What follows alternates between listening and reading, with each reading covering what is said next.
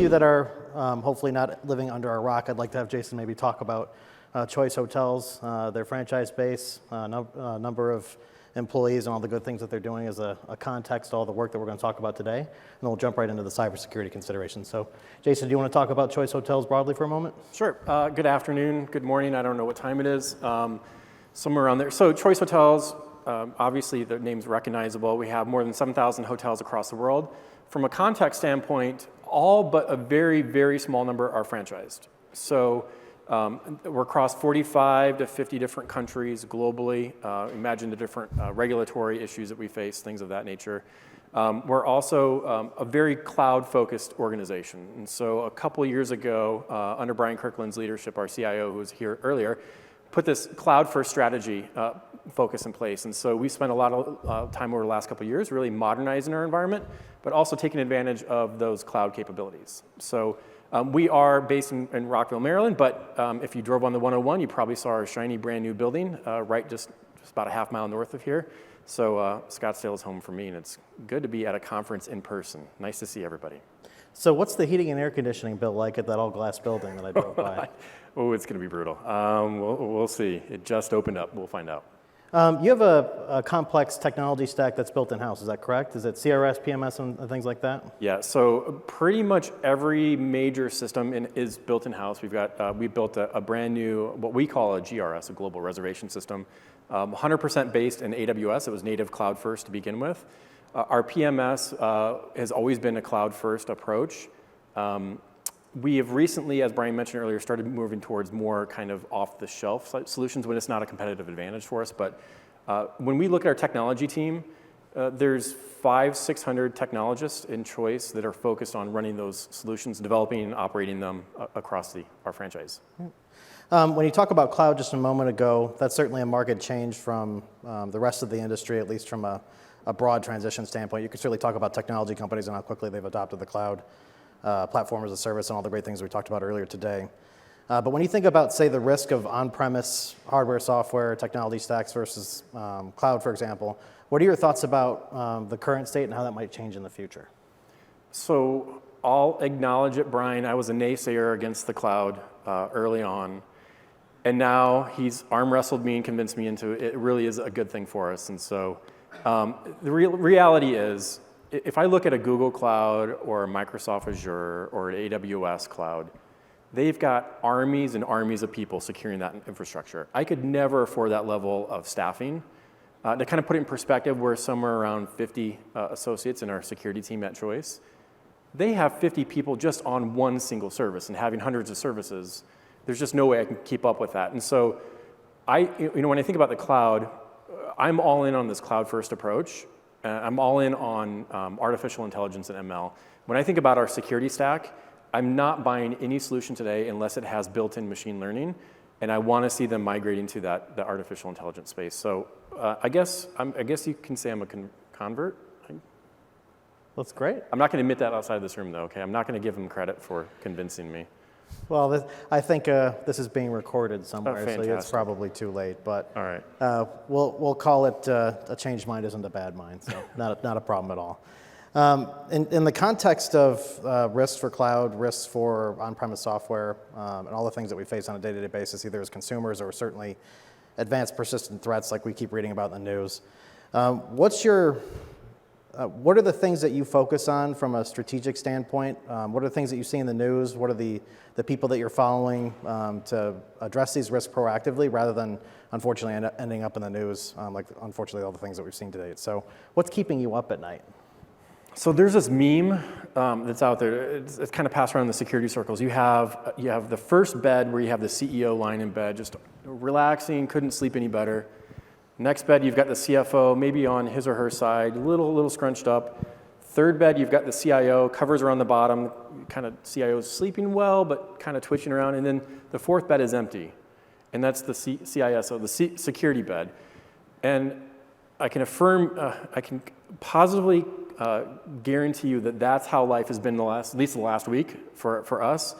This Log4j issue that I'm sure you're all heard about is just, it's a tremendous thing. And so I bring this up because the threats are just constant that we're facing. And we heard a question earlier on in that last session about ransomware. And that's what keeps me up at night right now. It keeps me up from the stealing your data perspective, but it keeps me up from effectively shutting down your organization. No longer is security just a reputational risk or a liability risk or a financial risk. It's a full operational risk that I think we're just starting to see the impacts of that. When I think about ransomware, luckily to date, we haven't seen a lot of it in hospitality. I would say that that is changing very, very rapidly. I have the luxury and the opportunity to converse with all my peers throughout the major hoteliers and the brands. And we do talk almost every day, whether it be chat or other mechanisms. And I will tell you, every single major brand at this moment is seeing ransomware attacks every single day. Whether it's at the corporate level or at the hotel level, it's happening. Not only is it happening, it's accelerating. The challenge with the ransomware operators are once they have success of breaching an enterprise or a new company within a new industry, they tell their friends, who then tell their friends. And there's an interesting stat, which is, it came out this summer from Cybersecurity, and it is, once a company has been breached by ransomware, 80% of the time they will be breached again in rapid succession. That's because the ransomware operators are a little bit like sharks. When they smell blood in the water, they all hover and come over. And so I can affirm that from a threat standpoint, what we've seen in the last month is probably logarithmic growth in ransomware attacks. So are these people organizations, threats, risks, are they just is somebody just actively sitting behind a computer just poking at your network, or is this coming through email? What is the source of all this? So I would say there's probably 3, maybe 4 primary ways where ransomware is going to try to impact your organization. First, the easiest is always going to be email, right?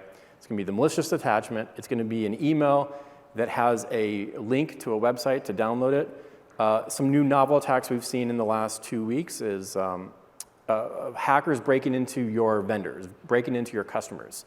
So they break into their email system. They find an email thread that they already have going on with us, or whomever else, and say, hey, just wanted to keep up and follow up on this thing, and by the way, there's an invoice as part of this, whatever the relationship is. So effectively, that third party who you're already talking to, their email system's compromised, and so how do you identify that, right, that this is really malicious? It's a really interesting novel approach. So email's number 1. Item number 2 is going to be internet-facing, what we call remote desktop systems, RDP. Think of that as an interface into the server that's not protected behind a firewall.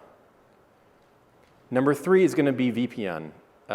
Unfortunately, over the last 2 years, a lot of the major VPN providers have had a lot of flaws in their software that's allowed hackers to really penetrate those systems and gain access to your internal network. Or I said maybe 4th, I'll go with the 4th option being lack of multi-factor authentication. So, right, everybody's got their username and password. Everybody's got their phone. A combination of those gets you in. I think we all kind of understand that with our own banking these days.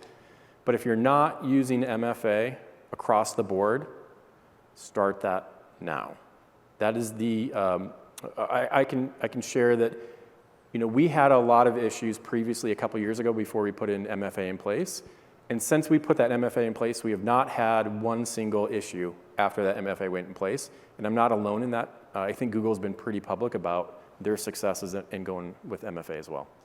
Yeah, just thinking about that, even a few years ago, I think they used physical security keys, right? They deployed it to all of their workers, their contractors, and their compromises. Well, certainly, nothing's ever 100%, but if you go from 50% success attack rate to 1% attack rate, then the cost of a system is worthwhile in the long run, right? Yep. And have you seen any issues with user adoption for systems like that? I mean, they're getting pretty simple to use these days, correct? They are simple. I'll just talk about the choice system. So when you think about our average operator, they own 1, maybe 2 hotels. Maybe it's a husband, a wife, maybe a combination of brothers and sisters. And to be fair, they're in the business of hospitality. Warm, welcoming, inviting. They're not technologists. And so I would say the adoption is pretty ubiquitous these days, that people understand how to do it in the banking system, but it's up to people like Choice and other major brands and vendors who are supplying solutions securely to these to provide the proper training and the protocols. if I make a security control so hard that people can't understand it, they're not going to adopt it, and it'll be a complete failure. So we spend a lot of our time not necessarily on the technology, but it's that people and process that goes with it. Yeah. And if you think about things like the National Institutes of Science and Standards or Technology and Standards, they changed their guidance from having super complex passwords rotated every 90 days or 180 days to just having a length requirement and reducing complexity, simply because people were writing their passwords down and leaving them on their desk. Is that something that you've experienced? No. that never happens, no. That approach to going towards MFA just gives me so much more comfort than having a really long password. And so we're in that journey right now of how do we make sure MFA is everywhere, and when we're comfortable it's everywhere, then we're probably gonna make some of those shifts to adopt those standards. And it's interesting, right? For the last 10 years, I've been telling everybody at Choice, you have to rotate your password, don't write it down, blah, blah, blah. I'm about to tell them, oh, you don't have to change your password, no big deal. And it's very counterintuitive to the messaging we've given in the past. But if you're running security properly, you're not adding roadblocks, you're actually removing roadblocks. Yeah. So along those lines of roadblocks, simplicity of experience, and maybe the franchisees that you deal with, what is your perspective on risk preference, risk sharing with the franchisees that you deal with on a week-to-week basis? You talked about some of the services you provide earlier, but how do you think about and strategize around that as you plan 2022 and beyond, and what comes next? So we've approached franchise security a little. I think it's important to differentiate franchisor versus franchisee. I think that let's start there. And I mentioned we were running the GRS, we're running the property management system. We have these, the mobile apps, websites, et cetera. That is 100% on me to secure, right? It's in my control. We're running it. We're developing those things. It's paramount that we apply those appropriate controls. However, there's a line of demarcation. I'm providing that property management system to the franchisees. They still have a shared responsibility themselves. They have to secure their password. They have to secure their MFA credentials. It's up to them to train their staff of these bad practices or good practices. And so when I think about this kind of model, it's particularly challenging for Choice. Imagine 7,000 outlets having access to very sensitive information that you don't own, you don't operate, and you don't manage. And so the way we've thought of that is, how do I build security into those solutions so that it's completely transparent and they don't even have to think about it. It's just inherently there. And one of the great things about operating these systems for our franchisees on their behalf is it gives us very interesting visibility into what's going on in those hotels. Even though I'm not the owner of that hotel, even though I'm not the operator, I can see certain trends and I can see certain changes in behaviors. And if you've got the right protocols in place, you can identify that early and help that franchisee help themselves before something bad happens. So when you think about that shared responsibility, what about the vendor community? What's their role in supporting the hospitality industry, noting that exceptions exist like Choice Hotels, strategic systems, but when you're engaging with a vendor on a guest room entertainment system or some other a widely known area, what are expectations that you have of them, or maybe what's advice that you can give to the vendors that are in this room right now? So I'll give you advice from the vendor perspective and then also from the buyer perspective. From the vendor perspective, it's not enough to just sell a solution, install it, and walk away. You need to be thinking about how do you sell that solution and install it in the right way. Hoteliers inherently want that solution to be very simple, and they want it just to be up and functioning. And you cannot ignore security anymore as a nice to have. It has to be ingrained in that system. Otherwise, your failure as a vendor will impact those franchisees, it'll impact the hoteliers, et cetera. And you're going to get the phone calls. You're going to get the blame. So you might as well take the time now to get it right. I think the Log4j, let's take a step back. On Friday, the Log4j vulnerability was announced. And Log4j is a common open source utility that's incorporated into many software products. We use Log4j a lot. And that Log4j came out and it was displayed that there's a level 10 vulnerability. Kind of put it in perspective, we rate them in 1 to 10. 10 is the highest. You can't get higher than 10. And it's so prevalent across the world that it's just everything. It's in everywhere. So over the weekend, yesterday, today, et cetera, I've been on the phone with all of our vendors saying, tell me what your exposure is. Tell me what you're doing to fix this. So from a vendor perspective, you need to be staying abreast of what these threats are and enhancing your systems to really be secure. From a hotelier perspective, ask your vendors, what are you doing to secure this solution I'm buying from you? It's not an unreasonable request. You don't have to understand the answer. It's totally okay. But when you put that vendor on notice, it shows them that it's important to you. And the more that we ask our vendors to do this, the more likely they are to come with the right solution for us. You talked about, let's say, information and informal discussions with your peers and other organizations.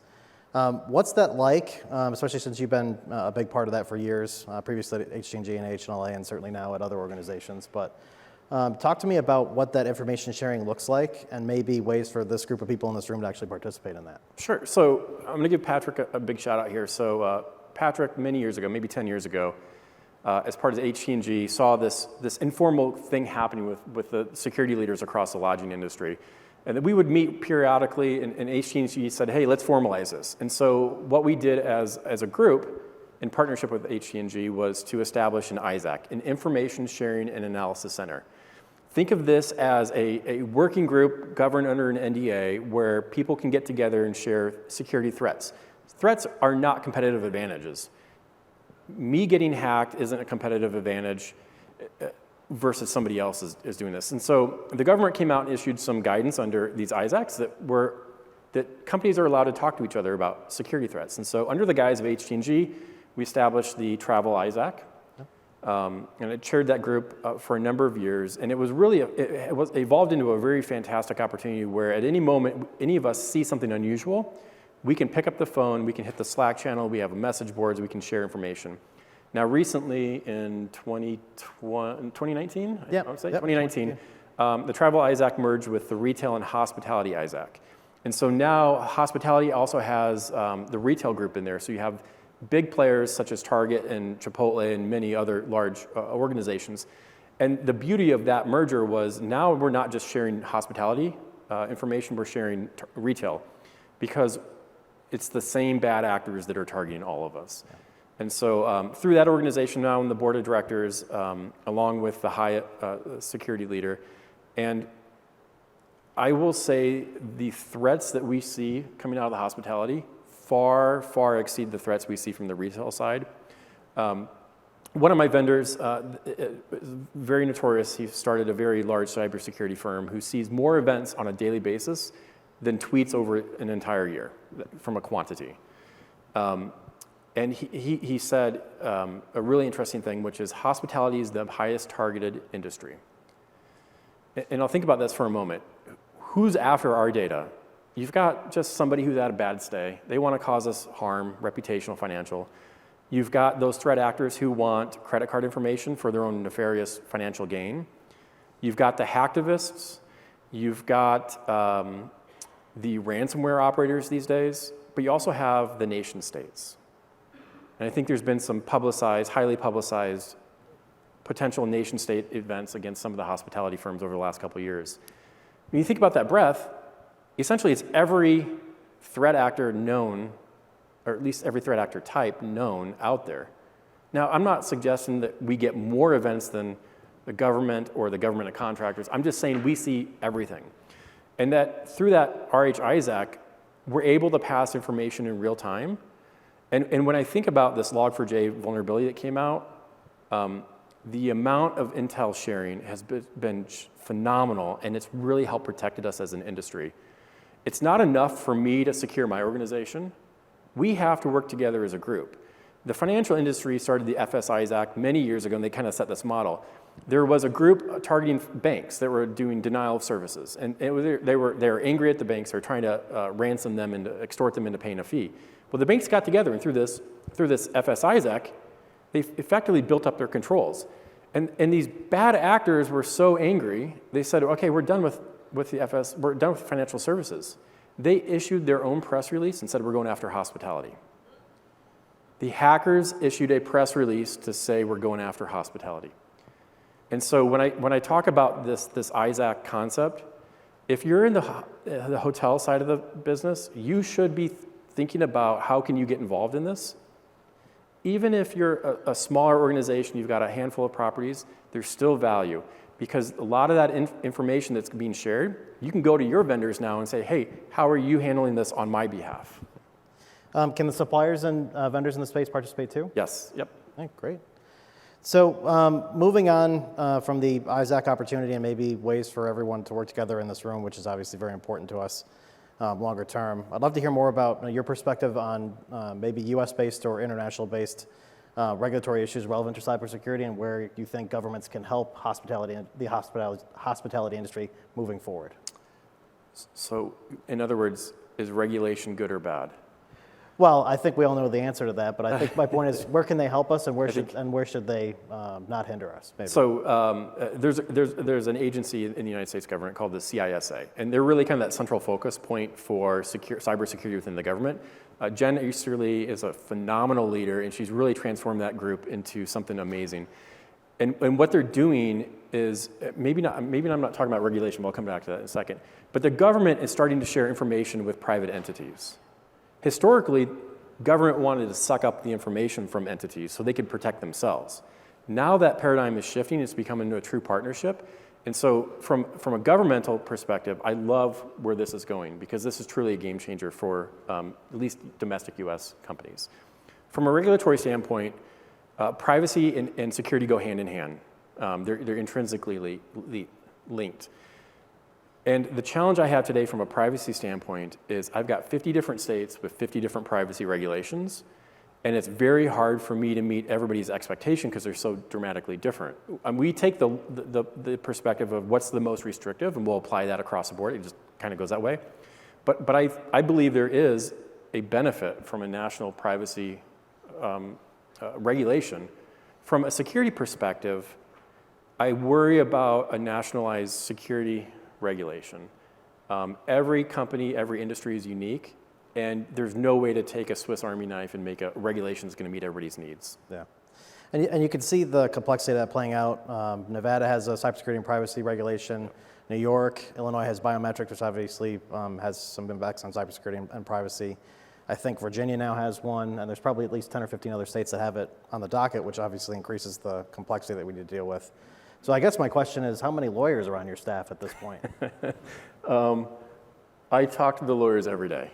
I was on a call with them last night at 10 o'clock. I would say I'm lucky. I have a really fantastic legal team. They understand the value and the benefits of what we're doing and how it is a very much a symbiotic relationship. But I also recognize that sometimes that's not always the case. We talked about privacy on a tangential basis, but I'd love to hear your perspective on fraud in the hospitality industry. Through the mobile key revolution, we talked about people bypassing the front desk. That's obviously had some impacts on fraud, some of which is trackable, some of which is not trackable, and it's mere conjecture because the real data is maybe being held at the the credit card companies and so on. But does you and your function get involved with fraud and fraud prevention at Choice Hotels, and what's your perspective maybe broadly? Yeah, so in many large hoteliers, at least in the brand's perspective, there's often a fraud team that's kind of dedicated, especially if you have some owned assets. You're going to need that fraud team. You definitely need that if you have a loyalty program. That loyalty becomes a currency, right? At Choice, it is a shared responsibility. We have a fraud team, but that fraud team is more focused on the traditional fraud use cases. But what we see today, the fraud is all moving towards online digital fraud. And so that's where that intersection between cybersecurity and the fraud teams are there. And we have a very strong relationship such that if there's ever an issue, they phone us and we hop right in to try to help them out. And inversely, we often identify potential fraud coming out the door, and so we'll engage with them as well. Oh, great. We talked about privacy just very briefly. Does Choice Hotels have a CPO? We do. We have a very talented CPO. He's on my team, reports to me. Not a lawyer. So CPO, Chief Privacy Officer, or DPO, Data Privacy Officer. Under EU GDPR, a DPO is obligated from an enterprise. Many times that's outsourced to a lawyer or a third-party firm. Where we've done that, we brought that DPO/CPO under the security team because you cannot really have privacy without security. And you can't really have security without privacy. Think of privacy as, should I collect that information? What am I allowed to do with that information?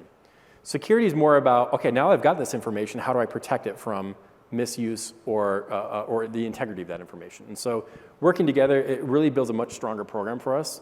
And not only that DPO, CPO understands what's going on in the threats so that he or she can then adjust that risk. We've got time for one final thought, so I'll give you the opportunity to hopefully hit a softball. If you were to make a recommendation for everybody in this room as consumers to take from a proactive security perspective, what would that be? From a consumer standpoint? Yeah. Get a password safe. You can download it from your Google Play, your Apple Store, LastPass, OnePass, things like that. Never, ever, ever reuse the same password on different sites. I tell you this as I've also made the same mistake myself and found out the hard way. It's a very easy thing you can do. In conjunction with that, if the website allows it, turn on multi-factor authentication. Your banking, your medical insurance, any kind of investments, all those things they probably offer MFA. So do that for yourself, your husband, your wife, and your kids. Well, I think we've run out of time. Jason, thank you very much. Great to hear a strategic leader like yourself talk to us about what the future of cybersecurity means.